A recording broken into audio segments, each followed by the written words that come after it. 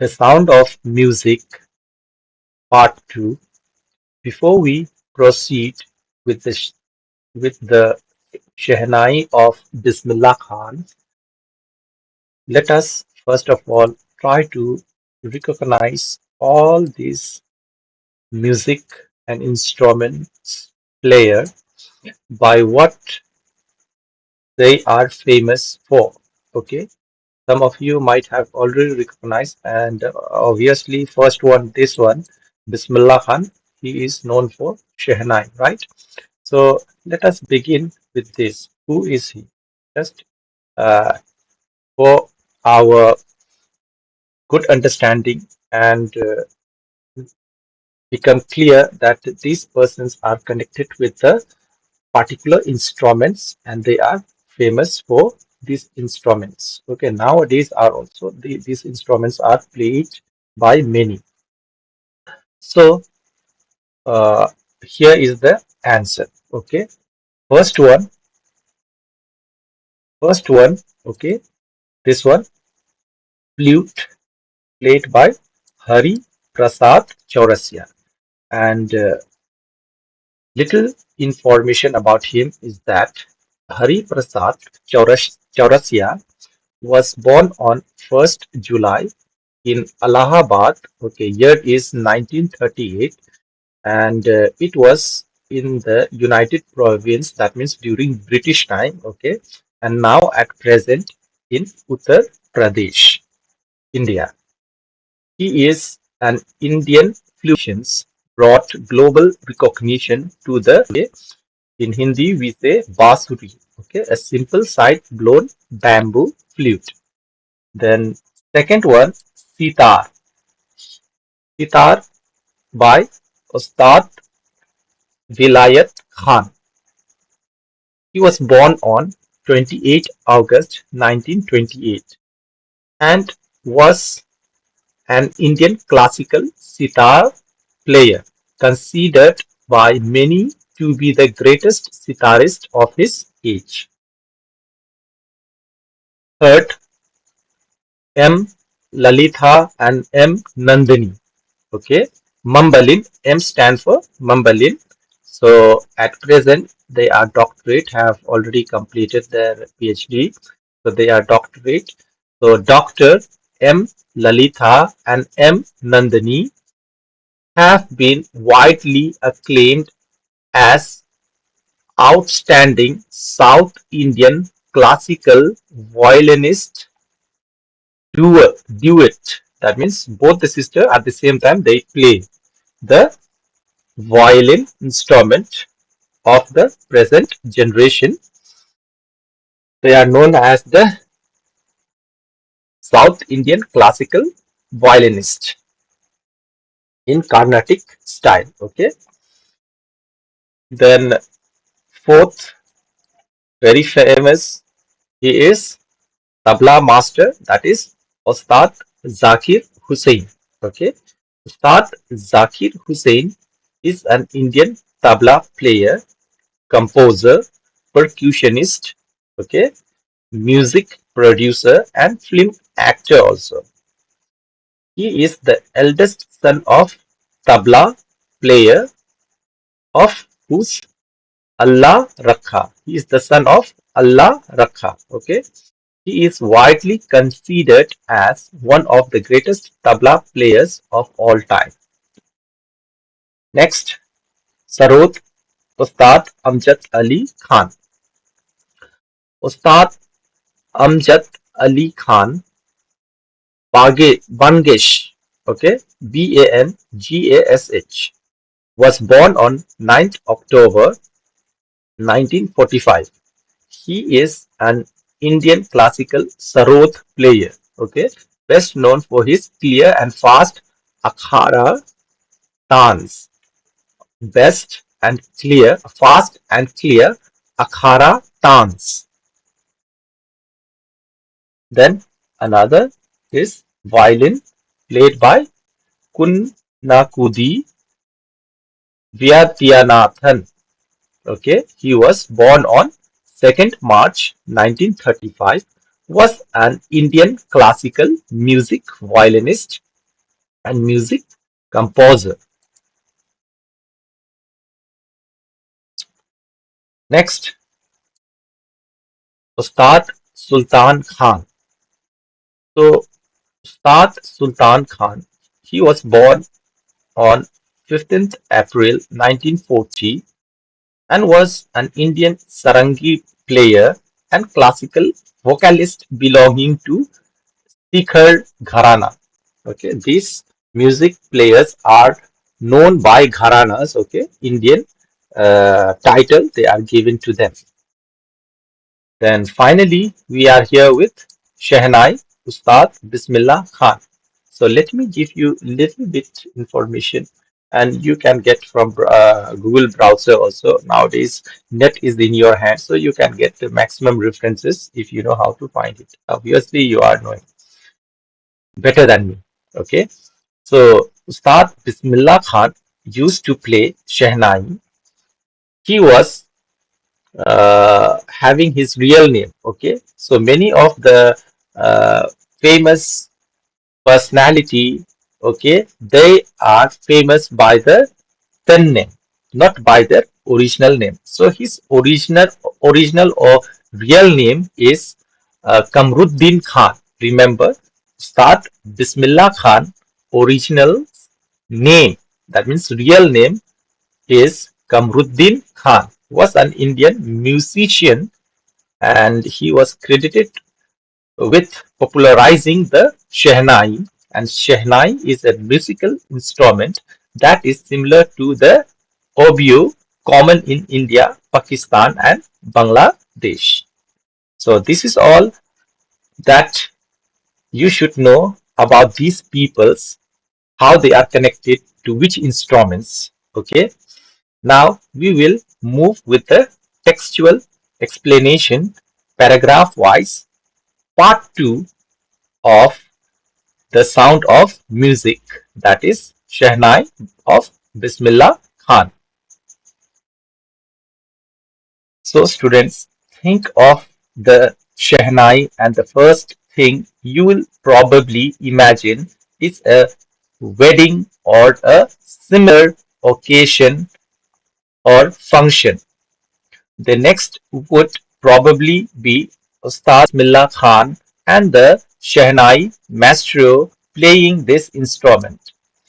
So, in the first paragraph, let me read, and all of you, I advise you not just to listen, just be ready with your textbook also, so that if my glitches are there in the audio, okay, then your text will be there to understand the exact word and pronunciation. And the word meaning also it is given there. These are the word meaning that I will be not reading here, but you should read and understand. Okay, because if I will keep on reading all these things, what will happen? The video timing will increase, and nobody wants long duration explanation. Okay, and the rest, you know what you have to do. You have to have interest in reading. Okay, these are the things that as a student you should do, and be ready with your pencil so that you will have maximum understanding on that given topic. Emperor Aurangzeb banned the playing of a musical instrument called panji. Okay, not pungi but panji.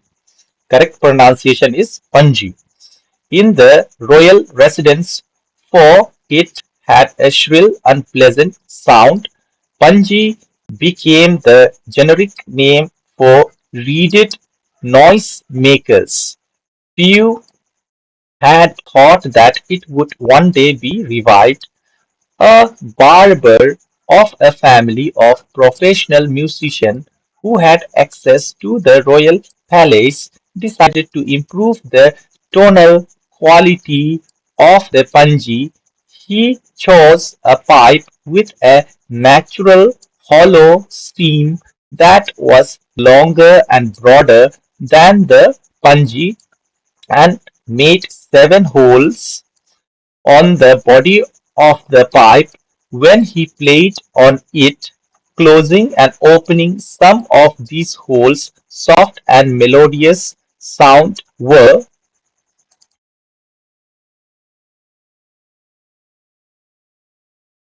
produced. He played the instrument before royalty, and everyone was impressed. The instrument, so from the Panji, had to be given a new name. As the story goes, since was first played in the Shah's chamber and was played by a Nai, means barber, the instrument was named the Shehnai. So in this paragraph, Emperor Aurangzeb banned the Panji, a musical instrument known for its harsh sound, from the royal palace. However, a barber from a family of musicians decided to improve it. He created a new instrument by using a longer and wider pipe, adding 7 holes that you will see in the picture, Panji and Shehnai. Okay, added holes to produce soft sounds. When he played it for the royal family, everyone was impressed because it was first played in the Shah's chamber by a barber, means Nai. The instrument was named after it as the Shehnai.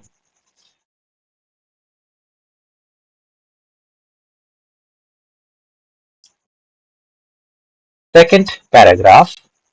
The sound of the Shehnai considered auspicious, and for this reason it is still played in temples and in an integral component of any North Indian wedding.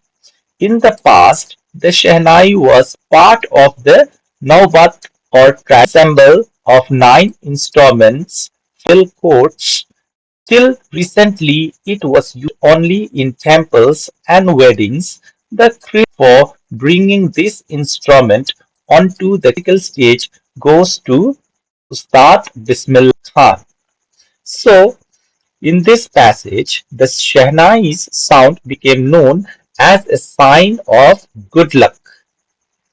So it is still played in temples and at North Indian weddings. It used to be part of royal court music and was mainly played in temples and weddings. Ustad Bismillah Khan is credited with bringing the Shehnai to the classical music stage. Third paragraph. As a 5-year-old boy, Bismillah Khan played gilli danda near a pond in the ancient state of Dumrao in Bihar. He would regularly go to the nearby Bihariji temple to sing the Bhojpuri Chaita, at the end of which he would earn a big laddu weighing 1.25 kg, a prize given by the. This happened 80 years ago, and the little boy has far to earn the highest civilian award in India, the Bharat Ratna. It explains that as a 5-year-old, Bismillah Khan enjoyed playing pond in Dumrao, Bihar, visited a nearby temple to sing, earning a large laddu for the music that played as a reward from the local Maharaja. 80 years later, he went on to win India's highest civilian award, that is Bharat Ratna. Fourth paragraph. Born on 21st March 1916. So pronunciation is important. Okay? Pronunciation is important. We do on 21 March. Okay, we while speaking the first 21st, ST should be there. So something you should avoid while writing, but while speaking, you have to use it. So born on 21st March 1916, Bismillah belongs to a well-known family of musicians from Bihar. His Rasul Baksh Khan was Shehnai Nawaz of the Bhojpur kings. His father Paigambar Baksh and paternal ancestries were all great Shehnai players. So in this passage, little information given of Bismillah Khan's background. Bismillah Khan was born on 21st March 1916 into a renowned family of musicians from Bihar. His grandfather Rasul Baksh Khan was a Shehnai player in Bhojpur King's Court, and his father Paigambar Baksh, along with other ancestors, were also famous Shehnai players. That means his entire generation belongs to this music or Shehnai play only. Okay, moving to another paragraph. Okay, paragraph 5. Here, let me read. Young boy took to music early in life at the age of when his mother took him to his maternal uncle's house in Benares, now Varanasi. Bismillah Khan was fascinated watching his uncles practice the Shehnai. Soon Bismillah Khan started accompanying his uncle Ali Baksh Ali Baksh to the Vishnu temple, Bihariji temple of Banaras, where Baksh was employed to play the Shehnai. Ali Baksh would play the Shehnai and Bismillah would sit captivated for hours on end. Slowly, he started getting lessons in playing the instrument and would sit practicing throughout the day. For years to come, the temple of Balaji and Mangala Maya. Remember the names, okay?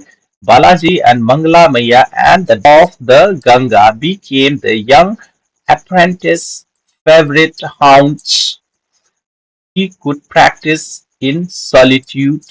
The flowing waters of Ganga inspired him to improvise and invent ragas, okay, rags we can say, or ragas that were considered to be beyond the range of nine.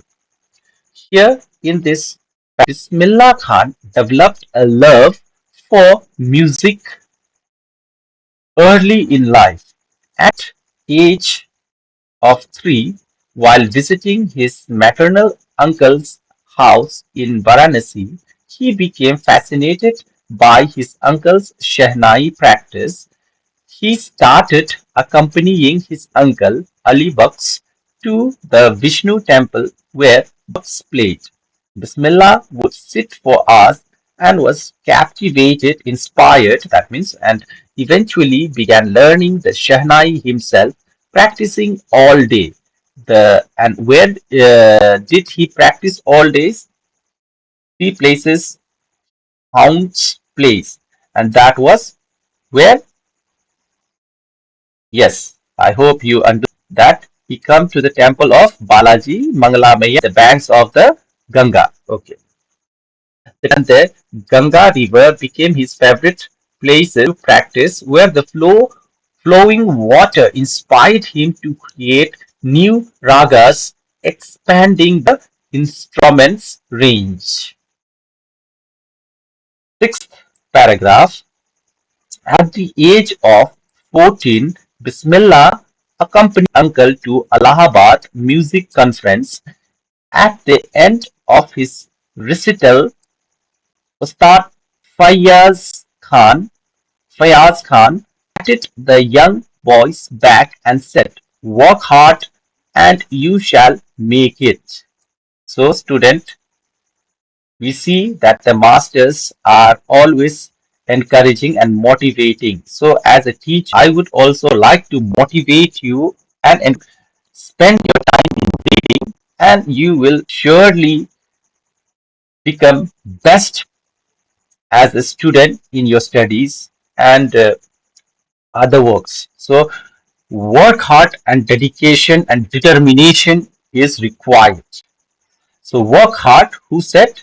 Fayaz, Ustad Fayaz Khan. Okay, work hard and you shall make with the opening of the All India Lucknow in 1938 came Bismillah's big break. He soon became an often heard Shehnai player on radio. So in this passage or paragraph, it says, at the age of 14 years, Bismillah Khan accompanied his uncle to Allahabad music conference where Ustad Fayaz Khan praised him and patted his back, okay, encouraging him to work hard for success. In 1938, he got the chance and opportunity with the opening of All India Radio in Lucknow. Bismillah got his big break and became a regular Shehnai on the radio. Okay, All India Radio. Moving ahead with the next paragraph, that is 7. When India gained independence on 15th August 1947, Bismillah Khan became the first Indian to greet the nation with his Shehnai. He poured his heart out into Rag Kafi. Okay, which Rag he played? Rag Kafi from the fort to an audience which included Mahatma Gandhi and Pandit Jawaharlal Nehru, who later gave his famous with Destiny speech. In this paragraph, it says that on 15th August 1947, when India gained independence, Bismillah Khan became the first music or instrument player to greet the nation with his nine. He played Rag Kafi from the Red Fort before an audience that included Mahatma Gandhi and Pandit Nehru, who later delivered his prized, okay, prized the Destiny speech. Bismillah Khan, 8th paragraph. Bismillah Khan has given many memorable performances both in India and abroad. His first trip abroad was to Afghanistan, where King Zahir Shah, taken in by the maestro, gifted him priceless Persian carpets and other souvenirs. The king of Afghanistan was not the only one to be fascinated with Bismillah's music. Film director Vijay Bhatt was so impressed after hearing Bismillah play at a festival that he named a film named a instrument called Gunj Uthi Shehnai. The film was a hit and one of Bismillah Khan's compositions, Dil Ka Khilona Hai Toot Gaya, turned out to be a nationwide chartbuster.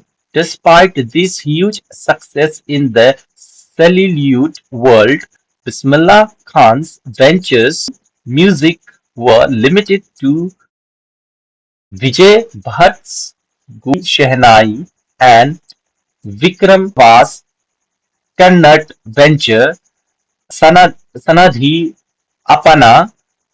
I just can't come to terms with the artificiality and glamour of the film world, he says with emphasis. So, in this eighth paragraph or passage, Milla Khan performed both in Indian and internationally his Shehnai. Okay, his first trip was abroad was to Afghanistan, where King Zahir Shah was so impressed by his music that he gave him valuable gifts. Film director Vijay Bhatt was inspired by Bismillah Khan music and named a film Gunj Uthi Shehnai after the instrument that is played by Bismillah or that was played by Bismillah Khan, which became a super hit. One of Bismillah's composition, Dil Ka Khilona Toot Gaya, became very popular. Despite this success, Bismillah Khan only worked on two films as he found the film world's artificiality and glamour difficult to embrace.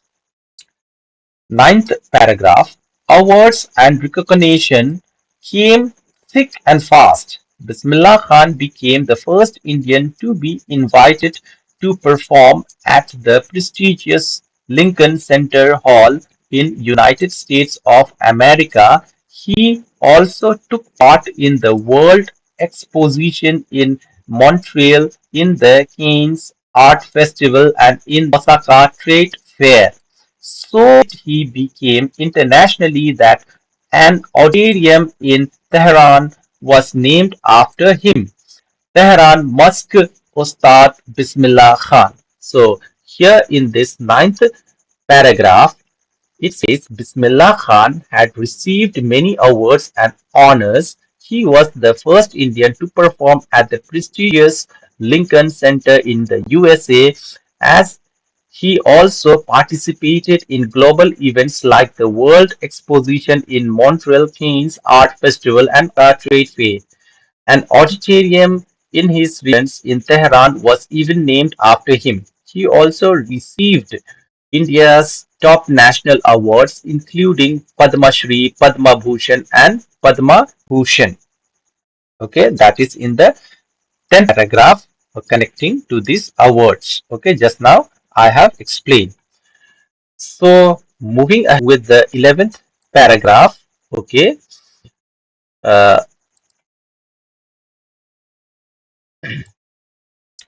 in 2001, Ustad Bismillah Khan was awarded India's highest civilian award, the Bharat Ratna, with the coveted award resting on his chest, glinting with rare happiness. He said, "All I like to say is, teach your music, teach your children. This is Hindustan's richest tradition. Even the West is now coming to learn our music. Not only music, student, our traditional culture. Okay, many things learning from us. So our India is the life example of everything. Okay,